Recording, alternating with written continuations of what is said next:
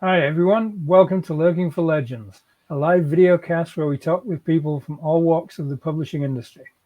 I'm David Kelly, science fiction author, and my awesome co-host, epic fantasy author Richard H. Stevens and Christy Stratos.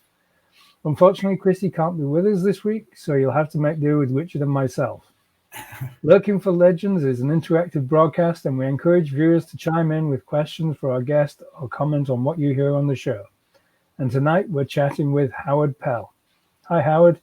How are you doing? Hey, Howard. Hi.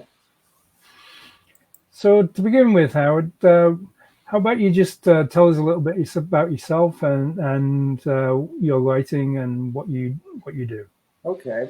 I'm retired. I've been retired for about 8 years now. Before I retired, I was in the adult education arena, teaching people primarily about, teaching people primarily about computers and computer software. Um, and when I retired, I was shocked I read many books, retirement books, before I retired, thinking I would prepare myself, and I was shocked with the things that they didn't cover, and there were a lot. There were a lot. Most of them were financial, which was, of course, important, but they missed some other areas. And so, um, while my wife and I were took a little short vacation to celebrate my retirement. I loaded up my iPad full of a bunch of trashy novels for the beach, and got tired of reading those fairly quickly. So I decided to start writing, and I just started writing.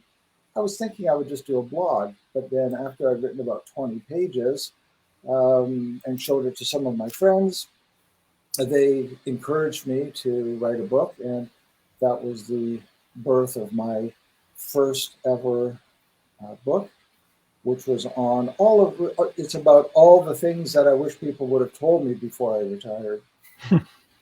So I was having a lot of fun with that, and then my wife and I were traveling through Europe, and we liked meeting people. We met some very nice people who had actually injured themselves on their tours, touring castles and cathedrals and whatnot, slipping uh, on cobblestones or marble floors or what have you.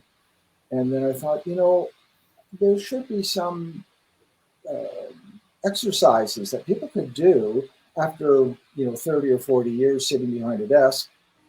Some exercises to do those kinds of things that they want to do in their retirement, but weren't really physically fit enough to do them. Mm. And I searched on Google like everyone else does, and was looking for some fitness exercises for um, various pastimes, whether it was cycling or canoeing, or the things that retirees want to do. And I came up with nothing. So I decided to write another book, and collaborated, or my fitness coach, our fitness coach, my wife and mine, she collaborated with us on writing the second book, where we have a bunch of um, things that people want to do in their retirement and how to physically prepare for doing those things. Mm-hmm. And you can imagine that cycling will use a lot different muscles, many different more muscles than, say, kayaking. Mm. And so we put that book together. Yeah, that's so important to be fit when you go on vacation, whether you're retired or not. Yes. We did a riverboat tour up the Rhine in Europe, and we went to a great big cathedral in Mainz, and they had like the old castle turrets that you could climb up, and like you couldn't barely pass each other in these confined. And I had blown my calf muscle playing soccer the week before we left, and it was okay going up, but coming down, I'm thinking, geez, if I fall, I'm going to take out everyone below me because I'm not able to stop. So it's certainly so important to be fit when you go anytime, but especially as we age. I certainly know that now. It's very poignant. That it's easier to injure yourself, and it's takes a longer to recuperate. So It I does. think being fit and retirement certainly go along together. Yeah.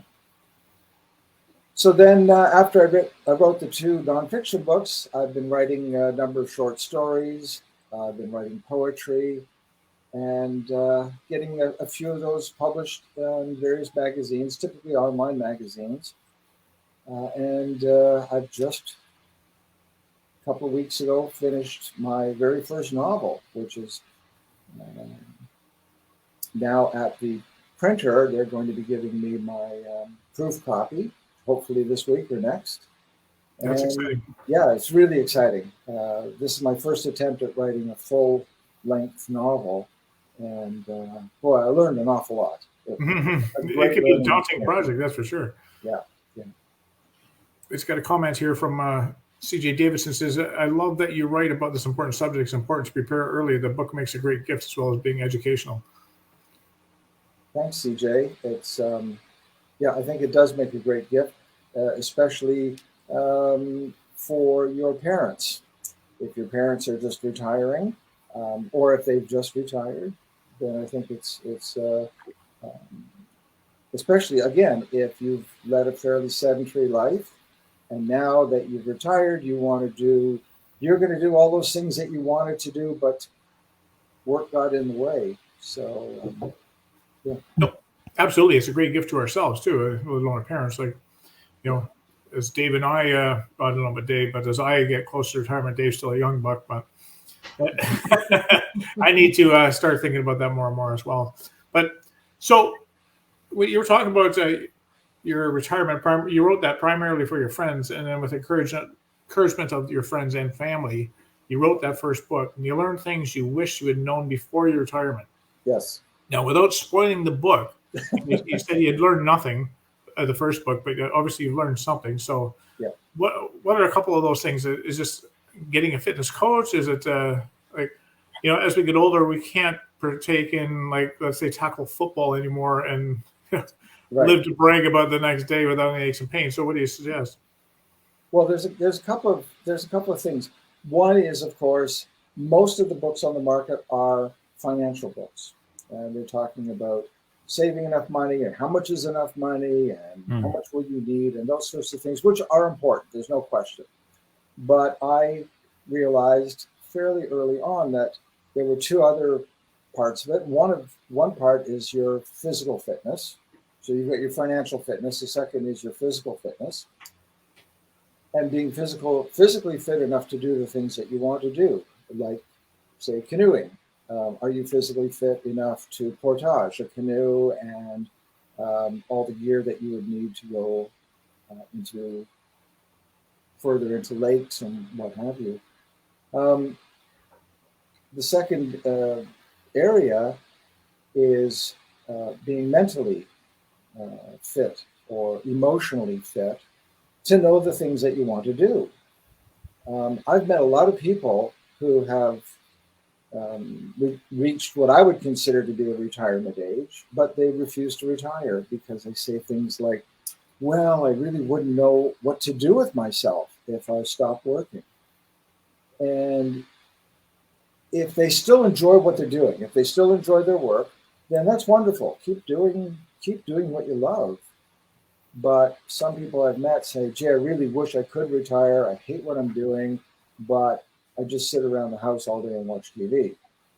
And so what I do in the book, and so I just mentioned too, that you've got these sort of 3 circles of 3 areas, and kind of like they overlap in the middle, right? All 3 of them overlap in the middle, where you get you're financially fit, you're physically fit, you're emotionally fit. You know what you want to do, you've got the money to do it, and you've got the physical fitness to do it. So a good example of being emotionally fit would be that yes, a good friend of mine, he knew that when he was going to retire, he wanted to go back into cycling. He had done a lot of cycling as a young man, and he'd done a lot of swimming. And after reading my book, he said to me, I'm taking up cycling again, and I'm taking up swimming again. He said, I really didn't want to retire, but now he's doing it. So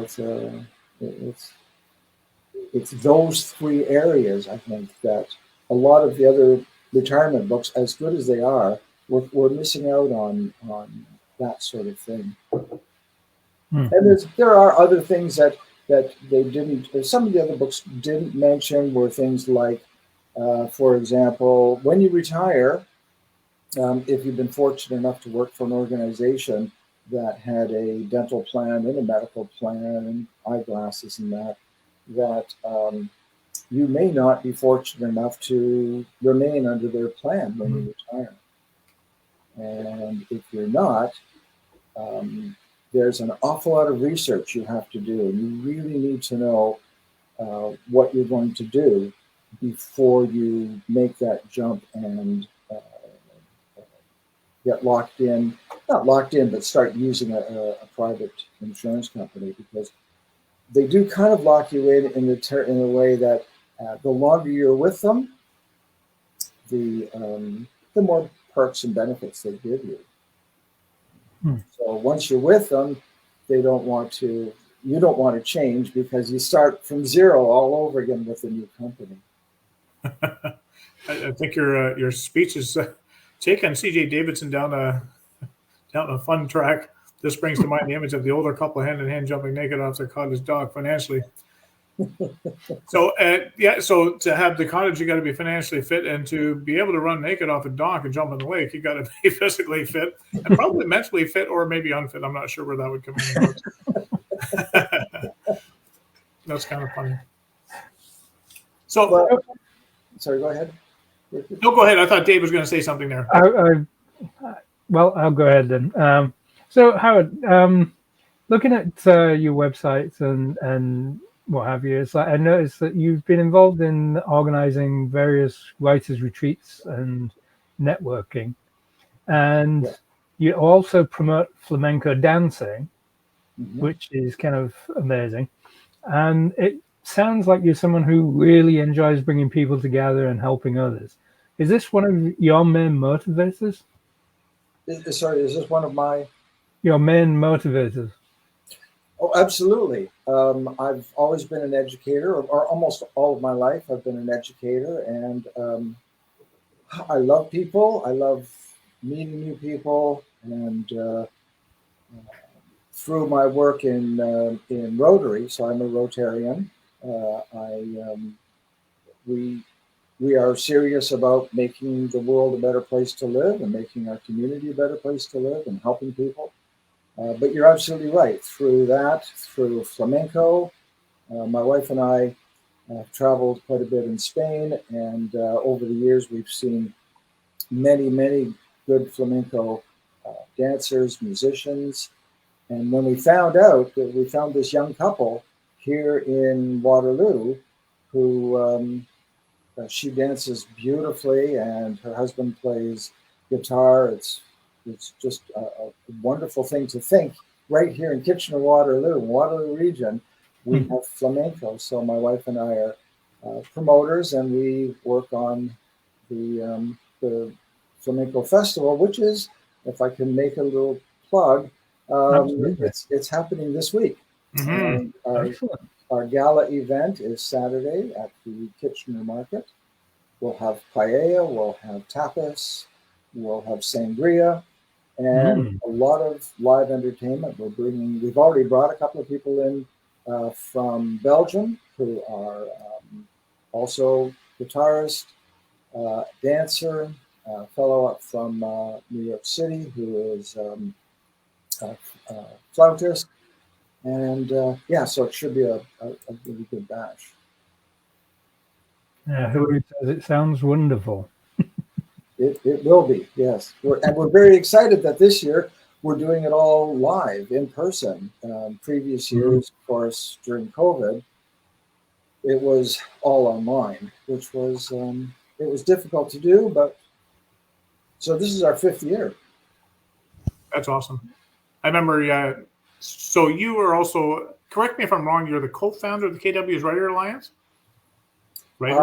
No, I joined it fairly soon after it was founded. Oh, okay. I just when I joined it, you seemed to be head honcho in it. So before I met you, the only flamenco I knew was Pink, and it went by kind of a slightly different name. And I know you've talked avidly about how much you love flamenco, and I had to look into it because I had no clue what it was. But and I was going to say Flamenco Fest is happening right now, and you've already told us about the events. What time is that one running on Saturday? That will be, the doors open at oh, now you got me, 6:30. If you order the paella, which needs to be ordered by Thursday, then let me just consult my notes again. But it is it's starting at 6:30. 7:30 is general admission if you're not ordering the paella.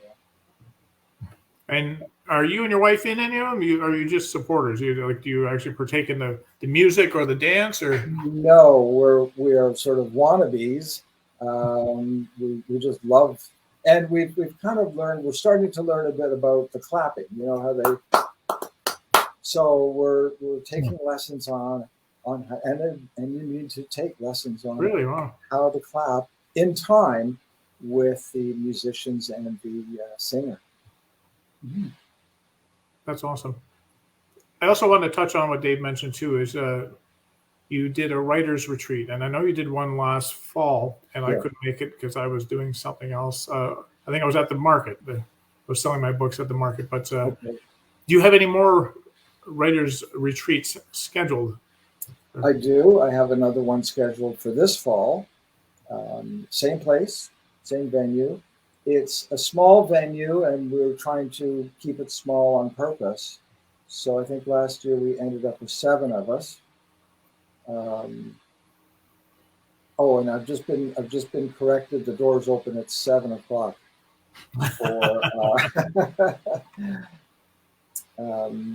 It's good to have a boss, huh? And the show starts at 7:30. Yes. So. Yes, so I am expecting you, Richard, to be there. I would look forward to it as long as I'm not booked at some book selling or signing event. Okay. I will definitely look forward to being there. I'm sorry I missed it last year. So Wanda Janaway says, and we're just talking about this, you mentioned on your website you organize writers' retreats. Can you give us more information about that? I would imagine, will that go up on your website when you, as soon as you know the details? How does someone find out about it? If Wanda wanted to know, how would she know other than going on Howard Pell's website? Wanda, you can send me an email. It's howardpell. It's howard@howardpell.ca. But like I say, it's going to be a small one, although I have considered organizing something a bit larger. At the moment, this one is the one I am organizing in the fall will be rather small again, primarily because the venue doesn't have a lot of guest rooms. Right. So, yeah. So if anyone has any questions about it, they're welcome to contact me and I can give them your information? Absolutely. Or they can just, if you go to my website, which I see is on a little ticker at the bottom there, just click on contact. Okay, good. Perfect. Yeah. And I'd love to talk with people about organizing a retreat. Yes.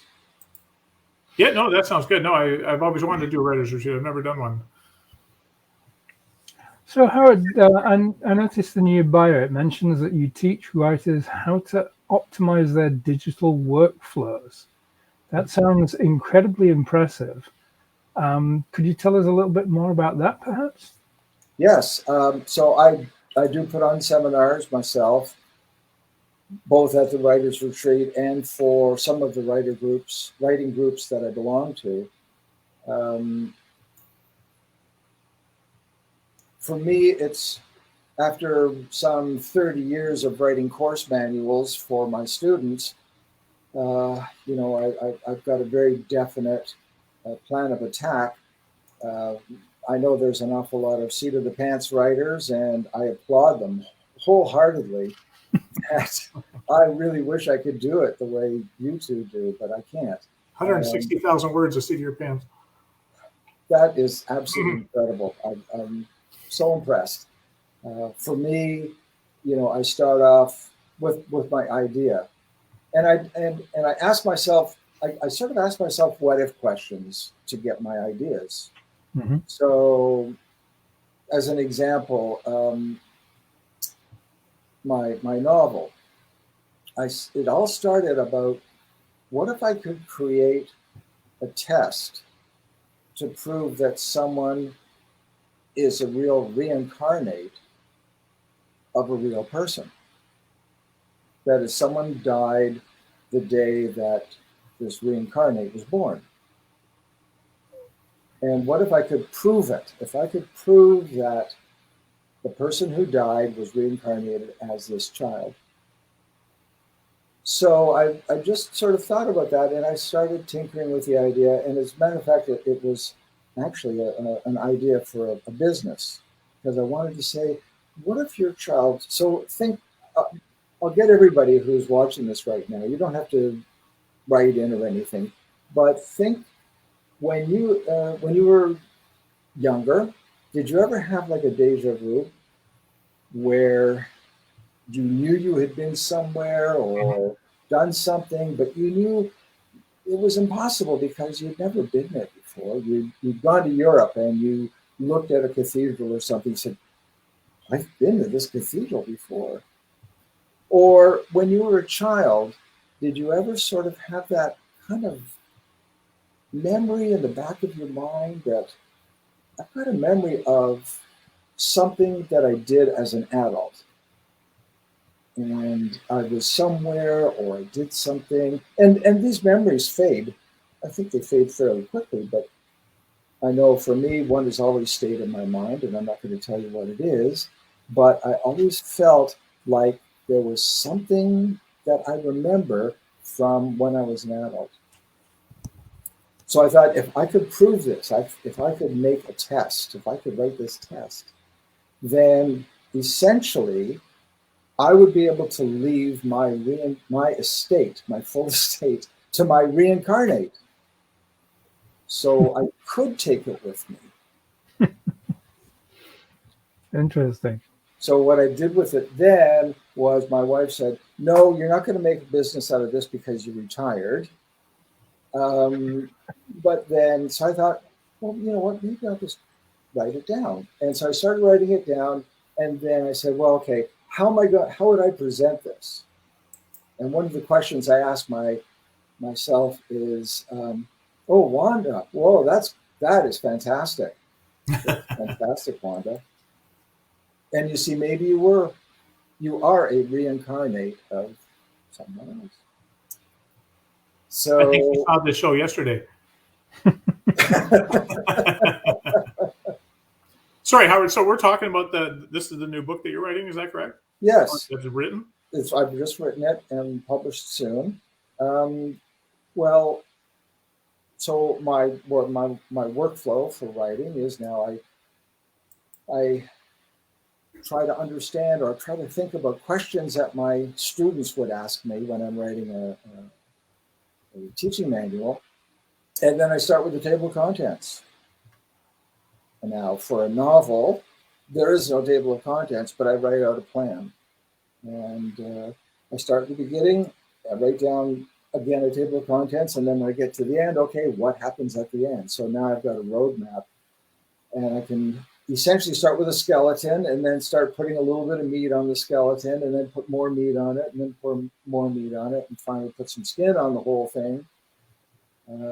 So that's that part of it. There is a mechanical part to it, of course, where I use a piece of software called Scrivener, and I don't get paid by them for promoting their software, but I've been using it now for about 9 years, and I think it's the absolute best writing tool, best for organizing your writing. It's a text editor, but it's also a mechanism to keep all of your stuff in one place. So I do seminars on that as well. Yeah, I use Scrivener as well. A lot of authors use that one. Yeah. And I do these are free seminars that I give. They're seminars to writers groups. and to, well, anyone who's interested.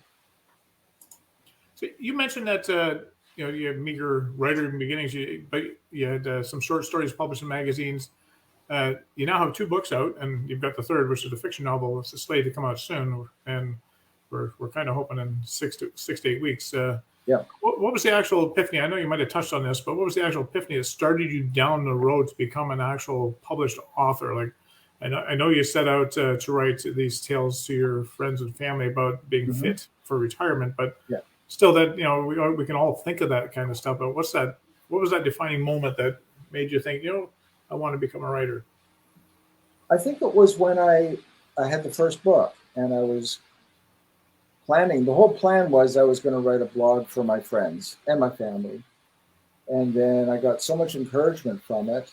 And then when I actually held that book in my hand, that physical book, and the first one off the press, and it was like, oh my gosh, that's addictive. I did this. And I think it's such it was a huge accomplishment for myself. I mean, I know it's for many authors, it is you're spending 2-3 years on writing a book, and it's a huge accomplishment. And I was just absolutely thrilled with the whole thing. And even picking up today, a couple of weeks ago, picking up the first proof from the printer and walking out the door with it. And my wife took a picture of me flipping through the pages, and was like, this is what I produced this. I did this, and it's just such a. It's an incredible feeling, and it never ever gets old, I think. Yeah. I was just going to say that you gave me goosebumps just talking about it. Like every single book that you hold in your hand that you wrote is, just feels like it's the first one. Yeah. So one of your books is called Retire Fit with Safe Workouts. Right. Could you tell us what the acronym SAFE means in this context? I was just about to ask you that. Good. SAFE stands for... Mind reading. There's not much mind to read here, Dave. So it stands for strong. So you want to be strong enough to do the things that you want to do. Like if you're gardening, you want to be strong enough to pick up a shovel or lift a bag of topsoil or mulch, whatever. And strong enough to pick up your canoe or even to put your bicycle up on the roof rack of your car. So depending what you want to do, or even traveling. I know everyone's suitcase has wheels on it, but I've seen people on airplanes really struggle to put that suitcase up in the higher rack. Or when you get to your chateau in France and you realize that your room is on the 3rd floor and there's no elevator. So you want to be strong for that. You need to be able to do things, which is, for example, my wife has some impingement in her shoulder. So it's not a question of strength, it's a question of this impingement. So for her to paddle a canoe is no longer an option, which she's very sad about. So you need to be able for that. You need to be flexible, where there are times when, let's say you're traveling in Spain and you go, you're having lunch at a cozy little restaurant, get up to go to the washroom and find out that the washroom is no bigger than a bathroom on an airplane. And you need to have that flexibility to get into that bathroom and close the door. So you need flexibility. And the last one, the E stands for energetic. So do you have the motivation? Do you have the energy to do the things, to pick up your grandchildren and swing them around, and that you won't get tired out before they get tired out? Did you make that acronym up yourself, or did you find that somewhere? No. We made it up ourselves. That's awesome. So, yes, and also so the energy is partially energy, but it's partially endurance as well. That You can go all day if you're on a sightseeing tour, and when they say, okay, everybody off to, you got 3 hours to go see a castle or cathedral or something, and that you don't sit on the bus waiting for everyone to get back. Mm-hmm. Yeah, it's interesting. You talked about going to that chateau in France.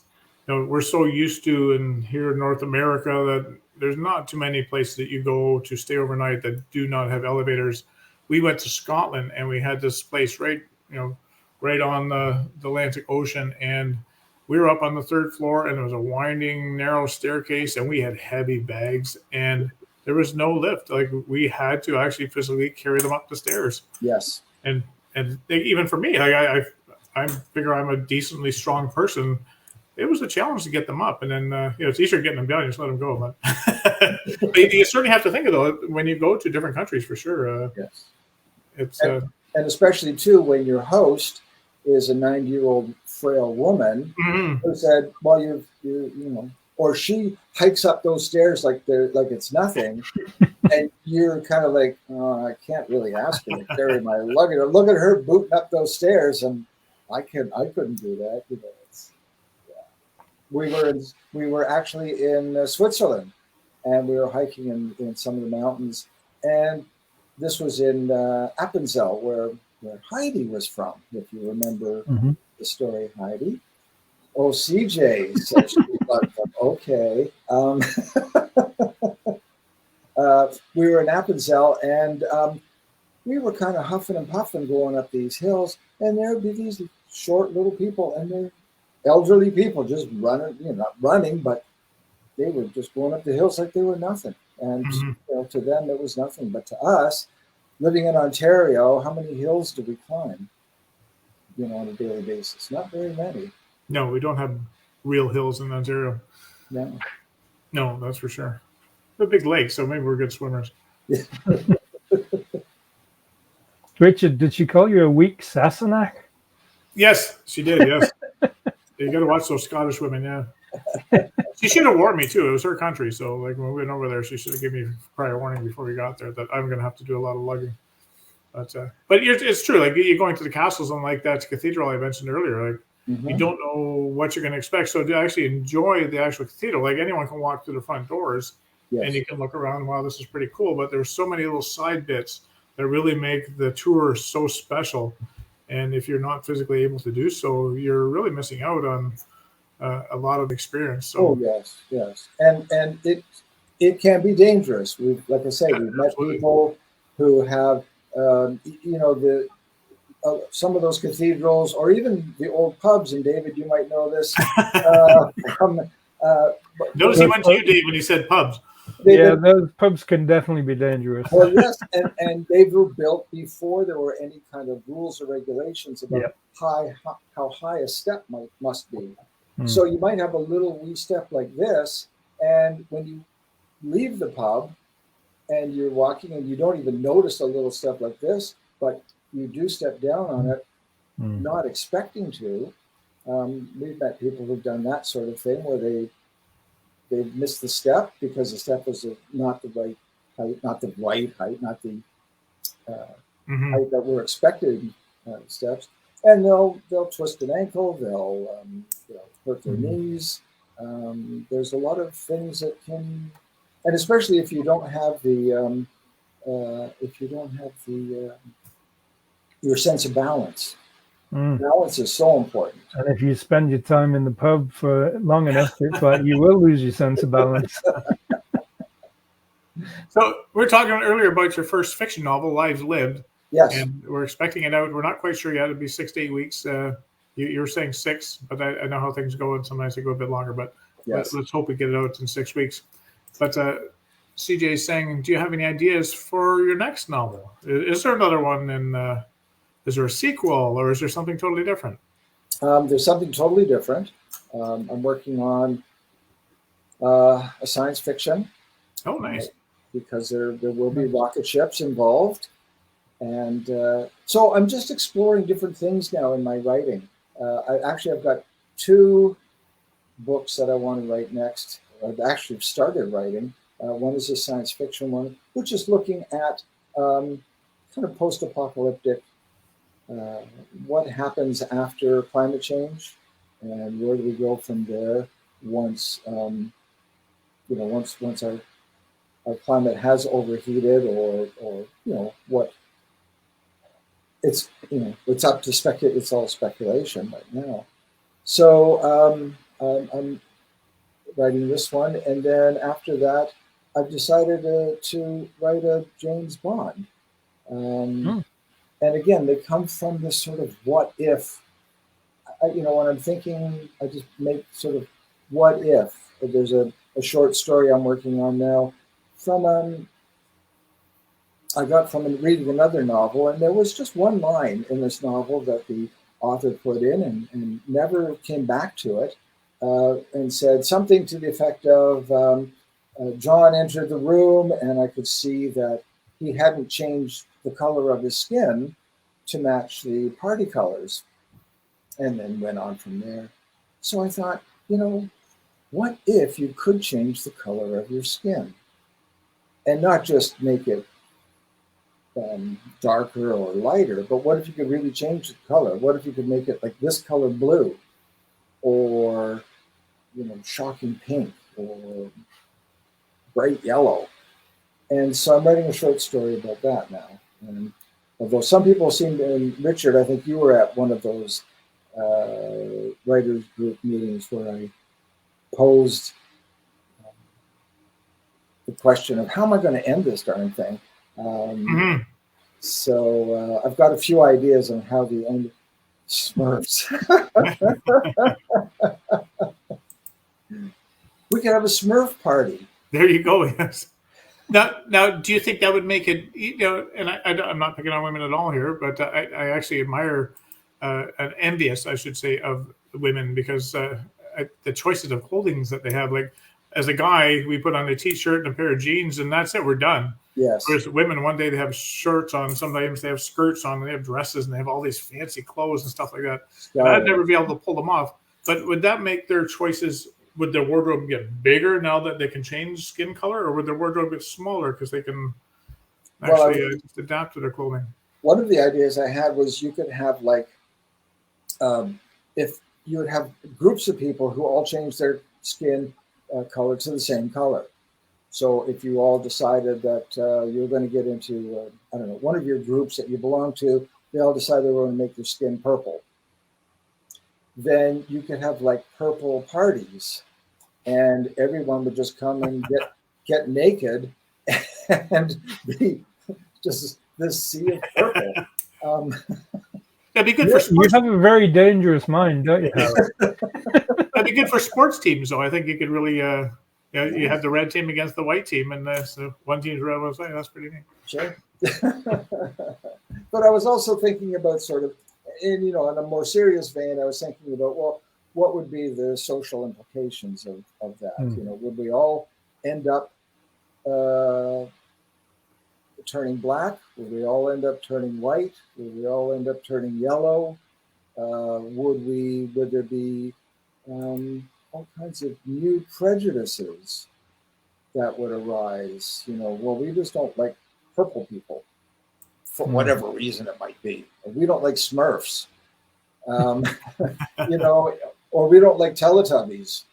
I'm just throwing this out. But there's all kinds of possibilities when I ask myself these sort of what if questions.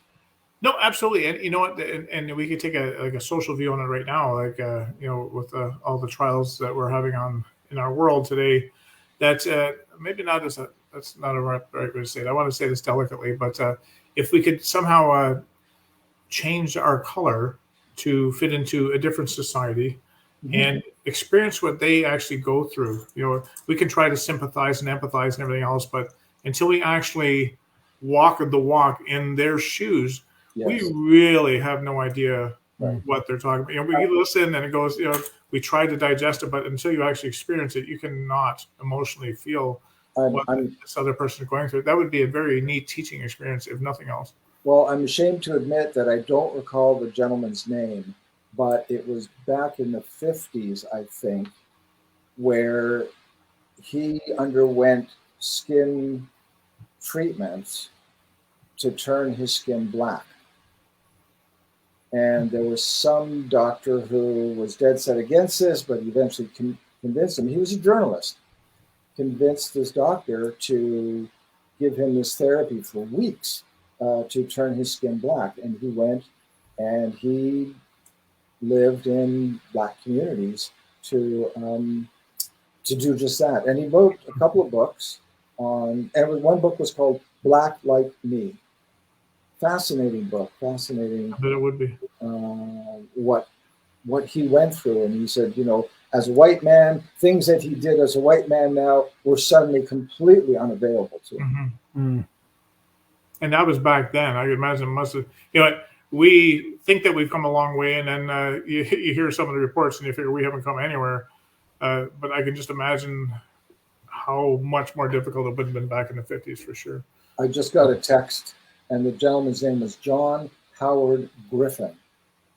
So if you find his book, Black Like Me, John Howard Griffin, it's, yeah. I feel like we're actually on a show, Who Wants to Be a Millionaire? You keep getting a call a friend and the text, and like, who is your secret I can't tell you. It's a secret. Yeah. Fair enough. That's awesome. It's actually CJ who's sending me all of these texts. Oh, nice. That's awesome, Howard. So we look forward to your first fiction novel, Lives Lived. And you were saying that you think it's coming out in 6 weeks. Is that your plan? I'm hoping so, yes. 6 or 7 weeks, yeah. But there's no date set?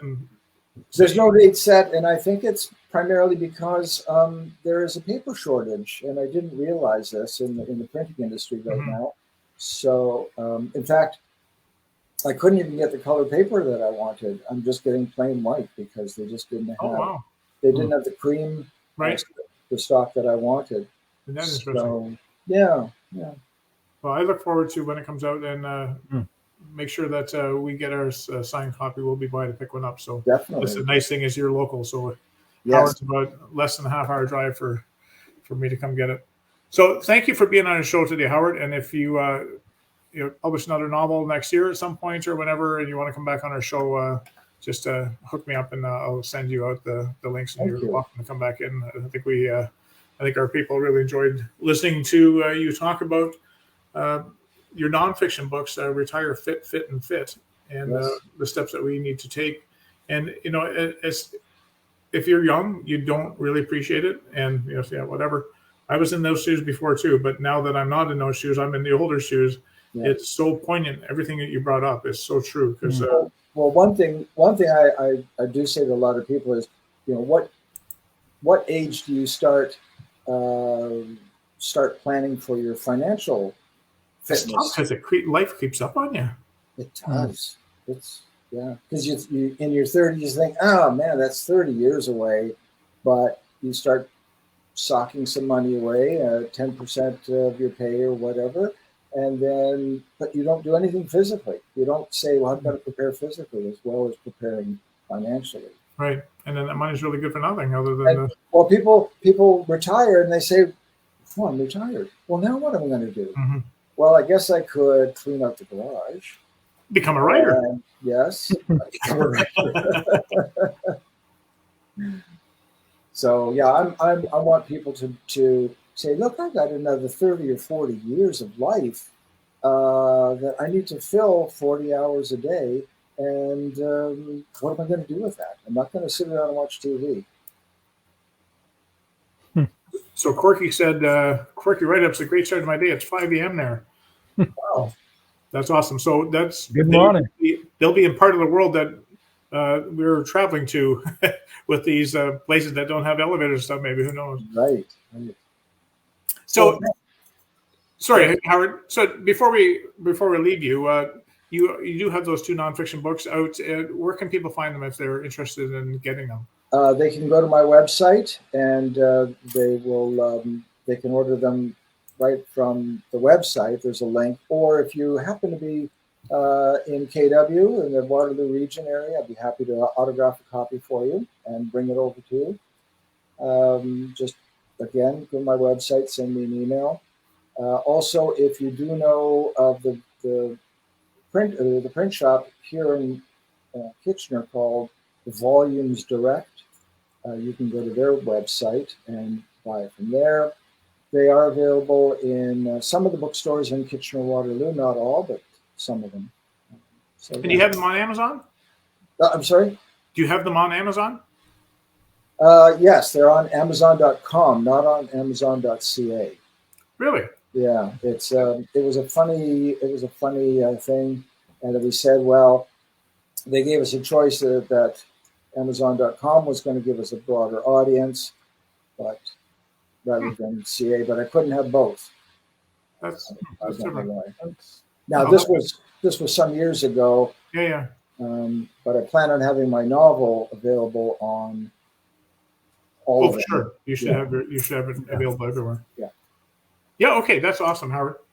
Again, thank you for joining us tonight. We really appreciate listening to your take, especially on retirement, and we're happy to have you on. So, Dave, before we leave, is there anything new in the David Kelly universe? yeah, a couple of things.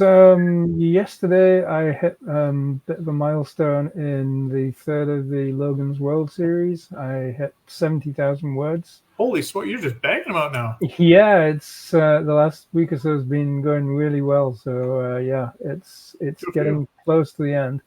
And then the other thing for me is on Saturday I will be in Capriol at the Capriol Arena. For the Capriol Days Festival.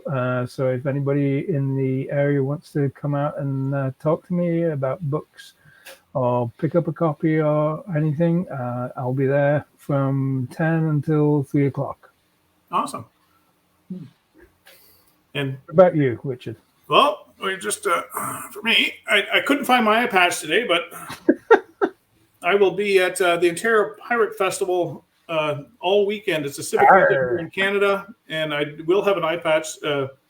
My wife will be making one for me, and I'll be selling and signing books at the Pirate Festival Saturday, Sunday, and Monday in Guelph and Martin Park. If anyone's familiar with Guelph, Ontario, Martin Park is just outside of Guelph, just off Highway 6. So it's going to be a fun event. I believe it's from 11 till 6, all 3 days. But you can check my website at www.richardhstevens.com. And my wife updates everything, all my places I'll be appearing, and she's got all the details in there, so you don't have to go searching for it. So that's what's new with me. And Windwalker is going through its final editing stage now, and my goal is to have it for Fan Expo in Toronto. I've been invited to be a guest author there, which is maybe a big deal. We'll see. But I'll be schmoozing with all the Hobbits and William Shatner and Sons of Anarchy and all those people. That I'm sure they probably won't come down to see me, but I will be a little awestruck if I see them walk by, and maybe I'll be able to sign a book for one of those guys. It'd be really cool. So that's basically what's new with me. And next week's guest will be nonfiction children's book author Thorsten Nesch. Thorsten is an award-winning bilingual author. His novels are read in schools from Denmark to Italy. He is currently writing a dystopian novel funded by a personal literary arts grant from the Alberta Foundation for the Arts. So it'll be interesting to have a nonfiction children's book on. I want to find out exactly what that means, because generally when I hear children's book, I think of Hardy Boys and stuff like that, and they're certainly fiction. So that'd be interesting. So anyway, for David Kelly and Christy Stratos, who couldn't be here today, she sent her regrets. Thank you, everyone, for joining us, and hopefully you'll join us again next week. And in 2 weeks from now, speaking about pirates and pirate festivals, we're going to have a pirate live read where we're going to invite 3 authors to read excerpts from their books. Dave, Christy, and myself will take part in, and I will be wearing something like this, guaranteed, and I'll have an eye patch on, and maybe I might have to lop off a hand and put a hook on there or something for the live read. So anyway, I look forward to doing that. I love doing the live read. So tune in on August 9th, I guess, and it'll be a lot of fun. So until we meet again, I hope everyone has a great week. Take good care. Good night, everyone. Bye-bye.